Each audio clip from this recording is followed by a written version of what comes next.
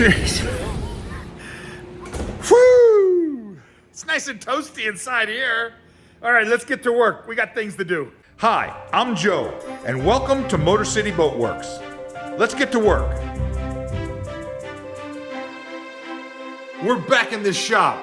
If you've been watching the channel, you know that I'm restoring a 1986 Albin 27 family cruiser. I've torn everything out of the inside of the boat. The old head was just a tiny little space, and I've gone ahead and enlarged it to something that's almost like a full-size bathroom.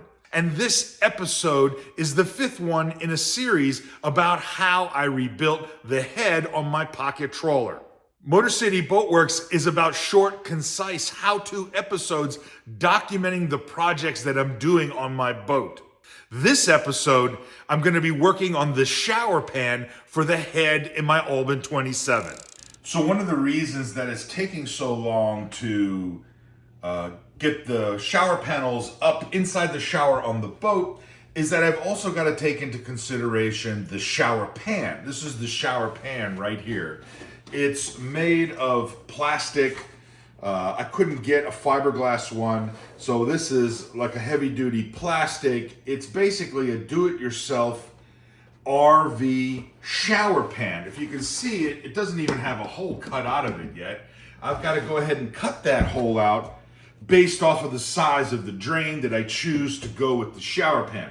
Now I know this is what fits inside the boat. This was the smallest size that I could get that would fit inside the boat in the modified head. It's approximately 24 inches by 36 inches. It's quite a bit more than what was there before. It should work out very well. But I've got to figure out a way to install this thing, and I have to do that before I actually start putting in the shower panels for the boat. Everything's got to fit together. You don't want to put one thing up and then realize, oh, I can't put the shower pan in. Which goes in first, what goes in second, all this kind of stuff. Now, if you were watching last episode, you'll remember that as I got ready to fit the shower panels inside the head, well, I suddenly realized that the shower pan didn't fit into the subfloor. Why does this happen to me? I don't know how this happened. Maybe my measurements weren't quite right. Maybe the plastic expanded. Maybe the walls and everything, well, they're not quite square. But in any case, the shower pan would not drop down into the subframe on the floor. Well, a little bit of sanding later, I came to realize that what the real problem was the lip that was at the top of the shower pan. This was part of the molding process. And in some applications, you would leave that on the shower pan and maybe apply your shower panels over it, kind of like allowing it to drip down. But in this case, I decided to remove the lip so that the shower pan would drop down and fit flush into the subfloor. In this new head, remember my bulkheads are made out of Kusa board. You don't have to worry about water or bugs or rotting. The subfloor to support the shower pan is also made out of a framework I made from Kusa board. In a traditional installation, you can see how the shower pan is integrated with the bulkhead. The bulkhead panel comes down over the lip of the shower pan. But now, in this marine application, with the lip removed, the shower pan's going to sit up flush against the shower panel and will seal the edge with some sort of caulking. Let's talk about the fittings for the shower pan. Now, there's several things we've got to think about in doing this, which is, you know, there's got to be a drain here, right? The shower's got a drain, and we got to figure out how is the drain going to attach to the plumbing throughout the rest of the boat. You know, typically a drain is made of stainless steel, might be made of plastic, but it goes down to some type of a pipe or to a hose barb or something that connects to a hose and then it drains overboard. Now we'll talk about what my shower system is going to be like, all the components and how that's going to go together. Right now we just need to focus on, well, what's the size of the drain that's going to go right here and how's it going to connect to an actual hose? And to do that, well, we've gone ahead and I purchased a couple different types of what would be shower drains. Now, I wasn't sure which one would work or what exactly I wanted. I wanted something that was going to be easy to access, and my first go around was to purchase these. They don't have very good holes for draining, and it's really kind of chintzy plastic. So I don't think I'm gonna use these. We know that we wanna go from a drain to a hose barb that's about 3/4 of an inch to 1 inch. We don't wanna go smaller than 3/4 of an inch. These are set up for 1 inch. This is set up for 1/2 inch, so that's no good.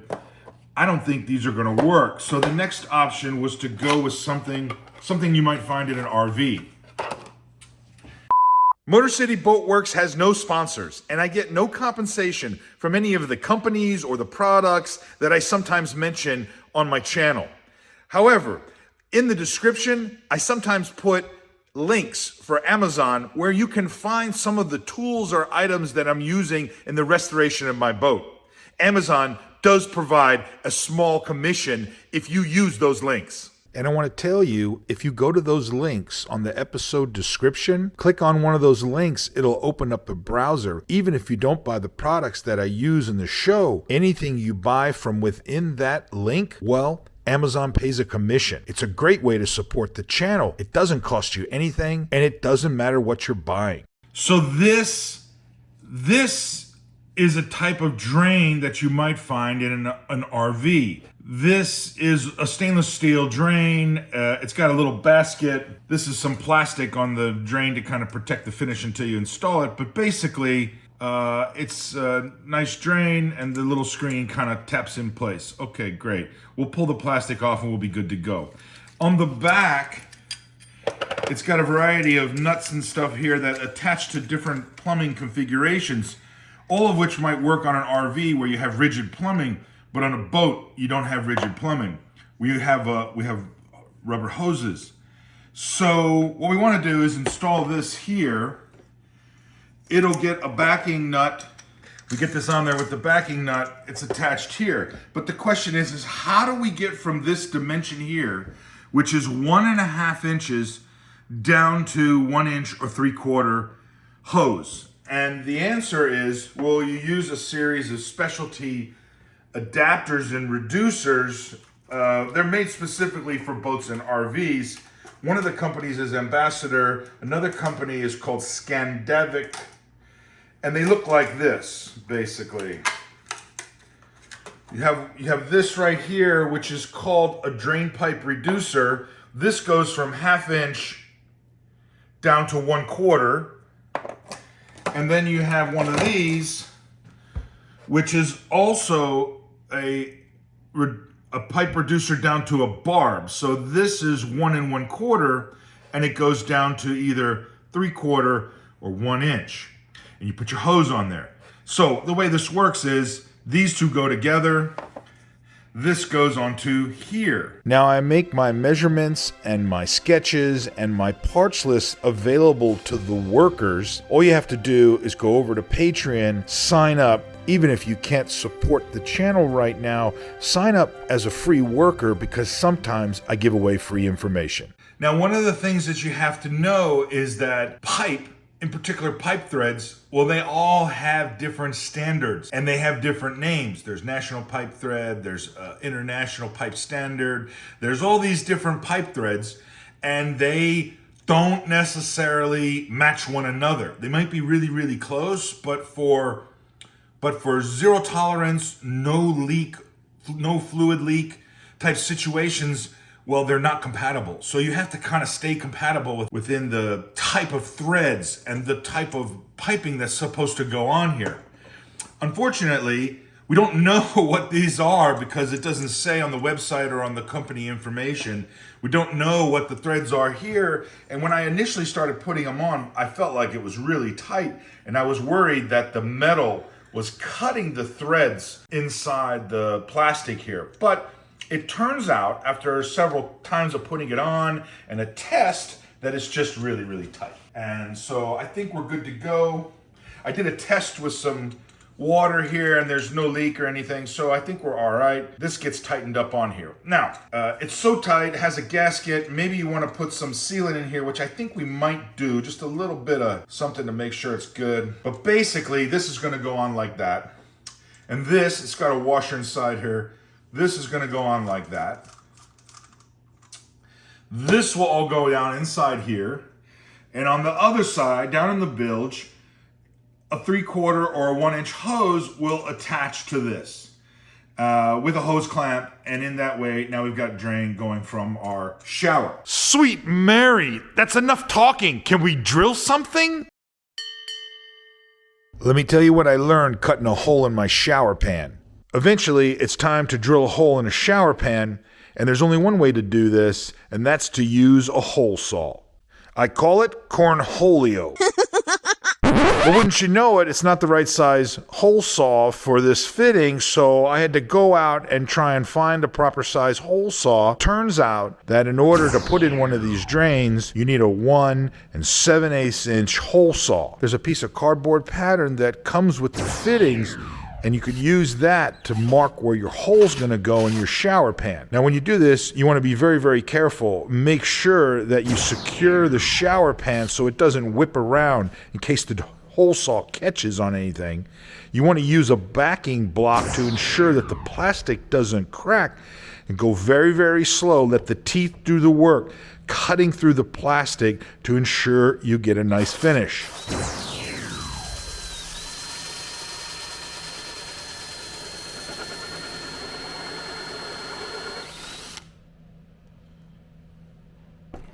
Now at this stage, we're still dry fitting everything, so I'm not using any sealant, any type of plumber's tape.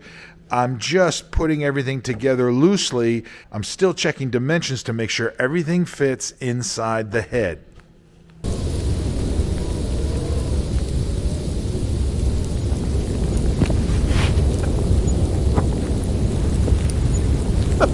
The snow's just coming down.